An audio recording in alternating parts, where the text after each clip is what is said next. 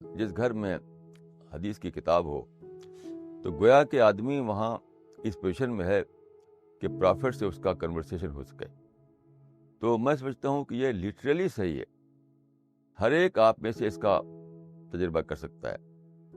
اب مجھ کو بار بار اس کا تجربہ ہوا ہے، کیونکہ جب میں پڑھتا ہوں حدیث کی کتاب کو تو سچ مچ ایسا لگتا ہے کہ میں پرافٹ کی میٹنگ ہو رہی ہے، میں بیٹھا ہوا ہوں اور آپ کی باتیں سن رہا ہوں.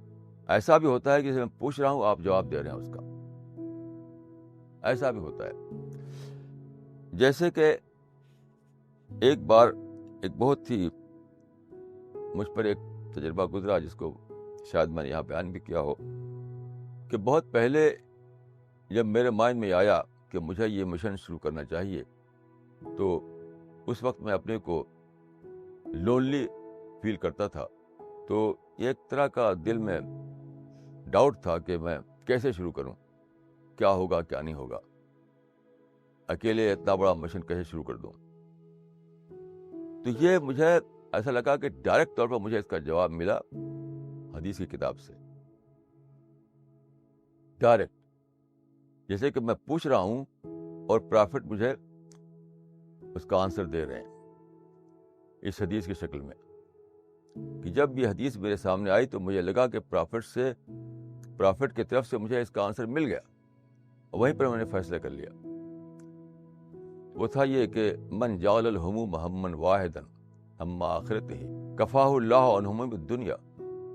اس کا مطلب یہ ہے کہ جو آدمی آخرت کو اپنا کنسرن بنا لے، آخرت ہی کو، صرف آخرت ہی کو اپنا کنسرن بنا لے، تو کیا ہوگا؟ خدا اس کے دنیا کے معاملات کو اس کے لیے کافی ہو جائے گا.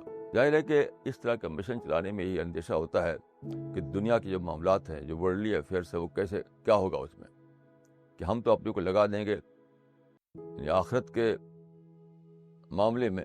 تو دنیا کی باتیں جو ہیں، دنیا کی چیزیں جو ہیں، دنیا کے معاملات ہیں، ان میں کیا بنے گا. تو اس حدیث میں آپ نے بتایا کہ من جعل الہموم ہما واحدا ہما آخرتہ کفاہ اللہ عن ہموم الدنیا. تم آخرت کو اپنا کنسرن بنا لو، خدا تمہاری دنیا کو اپنا کنسرن بنا لے گا. اسی وقت میں نے فیصلہ کر لیا. اور خدا کے فضل سے میں سمجھتا ہوں کہ مجھے یقین ہے کہ یہ رسول اللہ نے یعنی کی طرف سے مجھے یہ کوئی رہنمائی ملی جو بالکل صحیح رہنمائی تھی.